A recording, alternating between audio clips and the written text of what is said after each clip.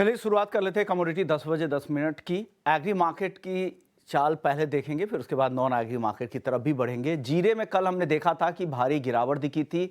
घरेलू बाजार भी सुस्त है, इंटरनेशनल मार्केट में भी बहुत ज़्यादा बदलाव नहीं हो रहे हैं। एक्सपोर्ट डिमांड उस तरह की अब ज़्यादा नहीं दिख रही है, उसका दबाव यहाँ पर साफ तौर से दिख रहा है। कल 2.5% तक की गिरावट दिखी। 24,650 तक सितंबर का वायदा लुढ़क कर आ चुका है। धनिया की बात करें तो 6,800 के आसपास है, अब दायरे में है। काफी गिरने के बाद अब सुस्ती यहां पर दिख रही है। आगे की चाल अब किस तरह की नई डिमांड पर निर्भर करेगी। हल्दी भी 16,000 के आसपास ही टिक गया है। बड़ी गिरावट के बाद यहां पर भी अब सीमित दायरे में कारोबार हो रहा है। इस साल जितने भी ग्रोइंग एरिया है, जो बड़े उत्पादक एरिया है, वहां पर अच्छी सोइंग की खबर आ रही है। उसका दबाव यहां पे दिख रहा है कि नए सीजन में इस बार बम्पर क्रॉप होने की संभावना है। ग्वारगम और ग्वार सीड यहां पर हर तेजी के बाद मुनाफा वसूली। कल 2,300 के नीचे ग्वारगम का वायदा आ गया। ग्वार सीड को अगर देखें तो 5,300 रुपए के नीचे है। बड़े ट्रेडिंग सेंटर पे भले ही अराइवल्स कम है, लेकिन डिमांड भी कमजोर है, उसका दबाव यहां पर दिख रहा है। अब कैस्टर की बात करते, अच्छी तेजी आई। उस तेजी के बाद अब यहां पर मुनाफा वसूली दिख रही है। 6,250 के नीचे है। सनफ्लावर, बाकी खाने के तेल के साथ सनफ्लावर में भी नरमी आई, अब थोड़ी सी रिकवरी दिख रही है। सोयाबीन को देखें तो भारी गिरावट, अभी हार्वेस्टिंग सीजन से ठीक पहले भारी गिरावट का दौर देखने को मिल रहा है। अब बात करते हैं कपास की और कपास खली की। कपास पर लगातार दबाव है, 1590 के नीचे। एनसीडीएक्स पर कपास का वायदा है 68 सेंट के पास। आइस पर कॉटन है। कपास खली की बात करें तो शानदार तेजी के बाद अब 3300 के आसपास ही कंसोलिडेट करने की कोशिश कर रहा है। सीमित दायरे में कल कारोबार दिखा था। आखिरी काउंटर मेन था, जहां पर 960 965 के आसपास कारोबार हो रहा है। आज 0.25% की गिरावट दिख रही है। चलिए अब भाविक पटेल जी के पास चलते हैं, ट्रेडबुल सिक्योरिटीज से। उनसे एक एक करके सारी कमोडिटीज का हाल जानते हैं। जीरा बताइए सर, जीरे को लेकर क्या खबर है आपके पास, और टेक्निकली भाव कैसा दिख रहा है आपको 25 के नीचे? Good morning Vishwanath ji. Good morning sir. देखिए, जीरे में आप जैसे बात की सही है कि अगर एक्सपोर्ट की डिमांड देखें तो काफ़ी वीक है।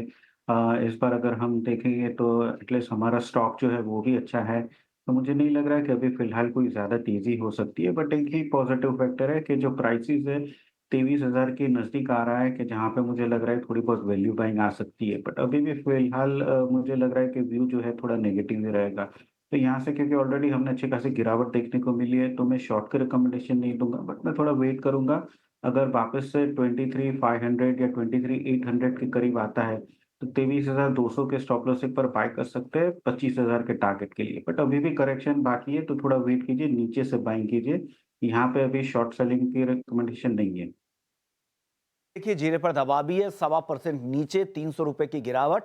ये गिरावट थोड़ी और बढ़ सकती है, तो अभी रुक जाएं, शॉर्ट भी ना करें, क्योंकि मार्केट ऑलरेडी काफी गिर चुका है। 500 रुपए की गिरावट और आने दे, 23,200 के स्टॉप लॉस के साथ फिर यहां पर नई खरीदारी कर सकते हैं, ऐसा भाविक पटेल मानते हैं। अब धनिया और हल्दी इन दिनों में बताइए सर। धनिया तो काफी पहले से ही टूटा हुआ है, 6,800 के आसपास ही है। हल्दी भी काफी करेक्शन आ चुका है। अब इन दोनों पर क्या राय है? आई थिंक धनिया अभी भी मुझे टोटली अवॉइड ही लग रहा है, क्योंकि इसमें मुझे कोई तेज़ी नहीं दिख रही है। हालाँकि काफ़ी गिरावट देखने को मिली है, तो यहाँ से नीचे का व्यू भी मुझे थोड़ा कम ही लग रहा है। तो टोटली आई थिंक अवॉइड करना चाहिए, इसमें ज़्यादा तेज़ी भी दिखने लगी है। बट हल्की हल्दी की बात करें तो हल्दी मैंने पहले भी कहा है कि 15,000 का जो सपोर्ट लेवल है वो अच्छा खासा है। और आई थिंक जब भी वो 15,000 के करीब आता है, तो वहाँ से एटलीस्ट हमने टेक्निकल बाउंस बैक ज़रूर से देखा है 16,000 तक के लिए। तो अभी भी मुझे लग रहा है जो 15,800 15,700 के करीब आता है, तो एक बार 15,000 के स्टॉप लॉस से बाय कर सकते हैं। ऊपर का भी टारगेट सीमित रहेगा 16,200 से 16,300 का, क्योंकि फंडामेंटल्स अभी देखें तो थोड़े वीक है। जैसे आप बोल रहे हैं कि इस बार एक्सपेक्टेशन है कि फ़रवरी मार्च में अच्छी खासी बम्पर आ सकती है वही। और दूसरी बात ये है कि अभी फ़िलहाल जो डोमेस्टिक डिमांड है वो काफ़ी वीक है। एक्सपेक्टेड थी कि अगस्त के बाद आ सकती है, बट अभी फ़िलहाल मंडी में थोड़े वीक है, इसलिए प्राइसेज़ जो है थोड़े साइडवेज़ ही रहेंगे। भी प्राइस साइडवेज रहेंगे, तो आप यहाँ पे खरीदना भी है तो वेट करें, थोड़ा और नीचे आने दे, फिर हल्दी खरीदने की सोचे। और दो फंडामेंटल्स जो हल्दी पर दबाव बना रहे, एक तो बम्पर सुइंग की जो खबर है, और दूसरा डिमांड भी अभी सुस्त है। लेकिन आगे जैसे जैसे डेफिसिट बढ़ेगी, ऐसा एक्सपर्ट्स को लगता है कि सितंबर से थोड़ी तेजी यहाँ पर बढ़ सकती है। चलिए अब बात करते हैं ग्वार सीड ग्वारगम की। यहाँ पर को भाव में कुछ बदलाव दिख नहीं रहा है, काफी लंबे समय से उसी दायरे में, सीमित दायरे में घूम रहा है। क्या होगा आगे, कुछ बड़े एक्शन की उम्मीद करे ग्वारसीड ग्वारगम में? फिलहाल तो मुझे नहीं लग रहा है। जुलाई में हमने जो तेज़ी देखने को मिली थी, वो सूइंग के आंकड़े पे थी कि जहाँ पे एक्सपेक्टेड था कि जो जुलाई में सूइंग थी, वो लास्ट ईयर के कंपैरेटिवली 15 से 20% कम थी। बट अभी के अगर फिगर्स देखें तो आई थिंक कैचअप हो चुके हैं। बारिश भी ठीक-ठाक है, तो मुझे नहीं लग रहा है कि इसमें ज़्यादा तेज़ी होगी। और जैसे क्रूड ऑयल में गिरावट हो रही है, तो उसकी वजह से जो गुआरगम की डिमांड है, वो भी अभी सुस्त हो गई है। आई थिंक नेट-नेट अभी मुझे लग रहा है कि ये जो पहले 5200 से 5600 की रेंज और 10,000 से 11,000 की रेंज थी, आई थिंक वही प्ले आउट करेगी। अभी फ़िलहाल रेंज के नीचे के नज़दीक है, सपोर्ट के नज़दीक है, तो यहाँ से मैं शॉर्ट की रिकमेंडेशन नहीं दूँगा। 5250 के करीब एक बार 5200 के स्टॉप लॉस से बाय कर सकते हैं। थोड़ी ही क्वांटिटी रख सकते हैं और टारगेट ऊपर में 5300 का रख सकते हैं। और गो तो गुआरगम भी हमने देखा है कि 10,000 का एक सपोर्ट बना है। तो आई थिंक वही सपोर्ट से एक बार यहाँ से ही बाय कर सकते हैं और ऊपर का टारगेट रख सकते हैं 10,450 का।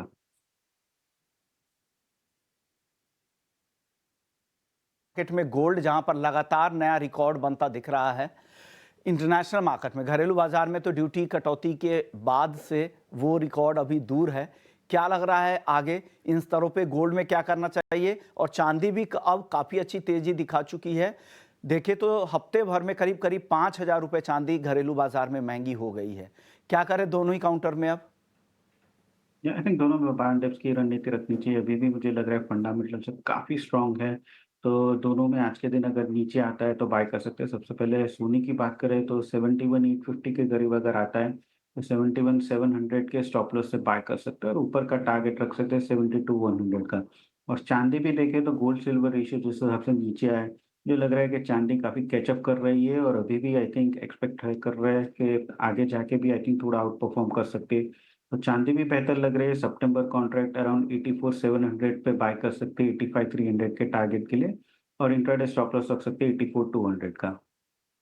चलिए, गोल्ड सिल्वर के बाद क्रूड पर बताइए सर। यूएस में जो एपीआई के नंबर्स है उससे दिख रहा है कि क्रूड स्टॉक वहां पर बढ़े हैं, चीन से डिमांड को लेकर कंसर्न है और सप्लाई की चिंता इसलिए कम हुई है कि सीज फायर पर बातचीत काफी पॉजिटिव दिख रही है।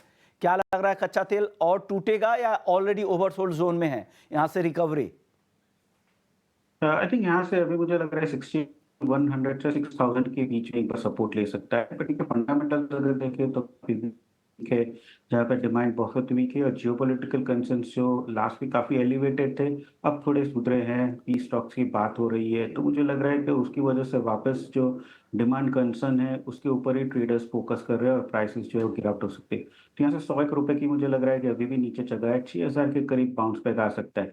तो 6150 का जो कॉल ऑप्शन पुट ऑप्शन है, आई एम सॉरी, वो बाय कर सकते हैं 190 के करीब 250 के टारगेट के लिए और स्टॉप लॉस रख सकते हैं 150 का। आखिरी कॉल मेटल्स पर बताइए। मेटल्स की चाल चमक फिर से लौटी है, यहाँ पर अच्छी तेजी फिर से दिख रही है। कहाँ पर ज्यादा फोकस करना चाहिए, कहाँ तेजी की संभावना ज्यादा दिख रही है आपको? आई थिंक ज़िंक मुझे स्ट्रॉन्ग लग रहा है। डॉलर इंडेक्स की बात करें तो डॉलर इंडेक्स 7 महीने के लो पे है और रेट कट की भी आशा है, तो उसकी वजह से बेस मेटल्स में हमें तेज़ी देखने को मिली है। तो zinc I think out perform करेगा सारी बेस मेटल्स में। तो 265.50 के करीब बाय कर सकते हैं 268 के टारगेट के लिए और 263 का स्टॉप लॉस रख सकते हैं। आपको जिंक पर ज्यादा कन्विक्शन यहाँ पर दिख रहा है, यहाँ पर आपको तेजी दिख रही है। चलिए, इसी नोट के साथ कमोडिटी 10 बजे 10 मिनट को ही समेटते हैं।